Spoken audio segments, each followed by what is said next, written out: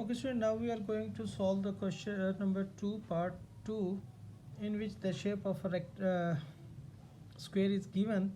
As you know, square is a quadrilateral in which all sides of a shape are equal in length in measure. So the side of a square is given, which is 4 centimeter. We have to find the area of the square. So in solution,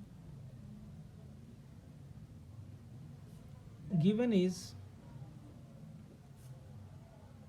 in a square,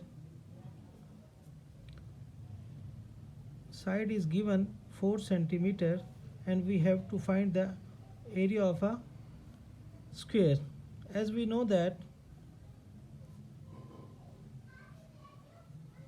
the formula to find the area of a square is 4 side multiplied by side. So the side is 4 centimeter, it will multiply by its same side, which is 4 centimeter.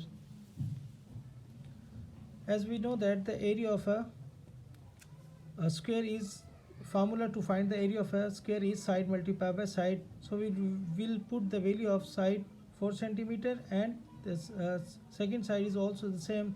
So 4 multiplied by 4 becomes 16 centimeter square. So the area of a square is 16 centimeter square. In this way we have found the area of a square, which is 16 centimeter square.